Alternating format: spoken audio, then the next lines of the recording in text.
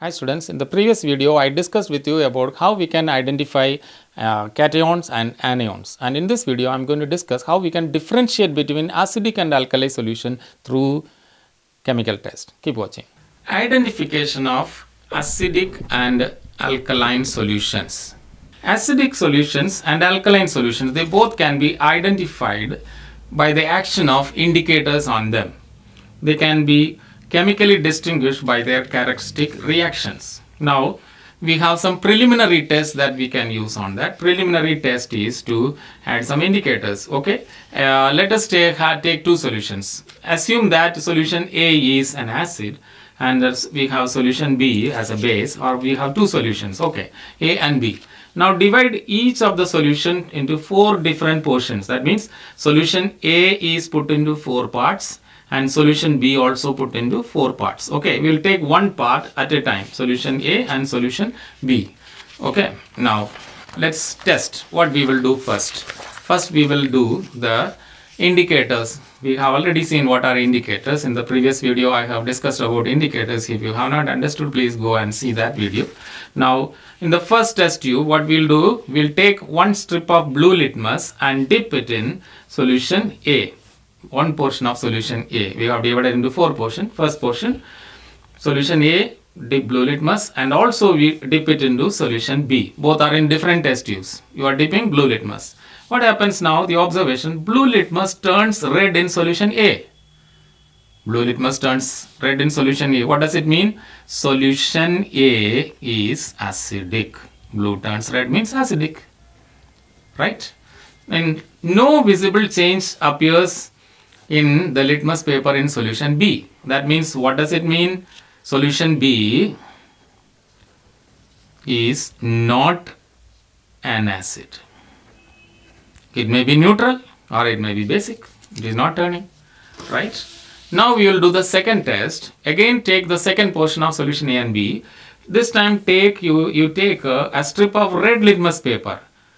Dip into solution A as well as solution B. Both are in different test tubes.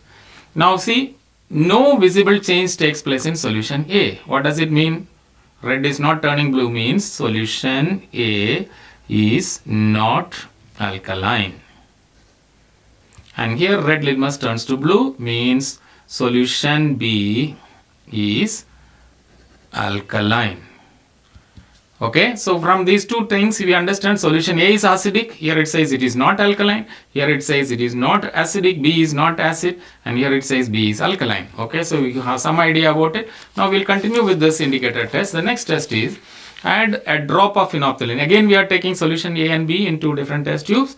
Adding a drop of phenolphthalein solution. Phenolphthalein is an indicator. Added to both of them, A and B. No visible change in solution A.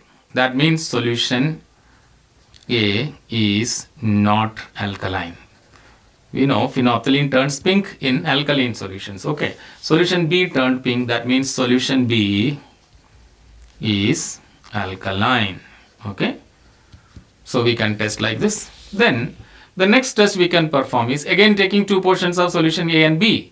And here what we do, add a drop of methyl orange solution, another indicator, to one portion of A and one portion of B. Okay, solution A turned to red or pink means solution A is acid. And solution B turned yellow here means solution B is alkali. So these are the tests we can perform. Four different indicator tests perform. Understood that solution A is alkaline and solution A is acidic and solution B is alkaline. This is what we understood from this test. Now we need to confirm it by proper chemical test. You know, indicators are not considered to be standard chemical tests. So when a chemical test is asked, indicators are only preliminary tests. They are not standard tests. You must keep that in mind. Now we will do confirmatory test for acid. We will take solution A again because A is acidic we identified. We need to confirm it. How do we confirm? A small portion of solution A is taken. We add a piece of magnesium to this A. What happens? A colorless and odorless gas is evolved. You introduce a glowing splint. It burns with a pop sound when a glowing splint is introduced. When you introduce glowing splint, it burns with pop sound. It does not burn on its own. Means the gas is hydrogen. So therefore solution A is acid. Why? Because acids react with active metals to give hydrogen gas. We have studied already. So A is acidic. So thus we confirm that A is acidic. Second confirmatory test for acid is, again take solution A, which is acidic. We add a pinch of sodium carbonate. Sodium carbonate is a white powder. A pinch of that powder is added to it. What happens? A colorless gas, odorless gas is evolved with effervescence. With effervescence. What is effervescence? Frothing. Like if you open a soda bottle, it comes out with a fizz. So the same kind of thing will happen here. A gas is formed with a frothing and comes out fast. So that is called effervescence. The gas turns lime water milky. Okay, the gas turns lime water milky, and the gas is further tested. The gas has no action on potassium dichromate solution or paper. So what is the meaning? The gas is carbon dioxide. If it is carbon dioxide, this confirms that solution is acid, because we know acids give carbon dioxide gas when reacted with metal carbonates and bicarbonates. So this is an acid. Okay. Now we'll see the confirmatory test for alkali. How do we confirm alkali? We have seen in the preliminary test solution B is alkaline. Okay, so we'll take a pinch of ammonium chloride, a white crystalline substance, add it to solution B. What happens?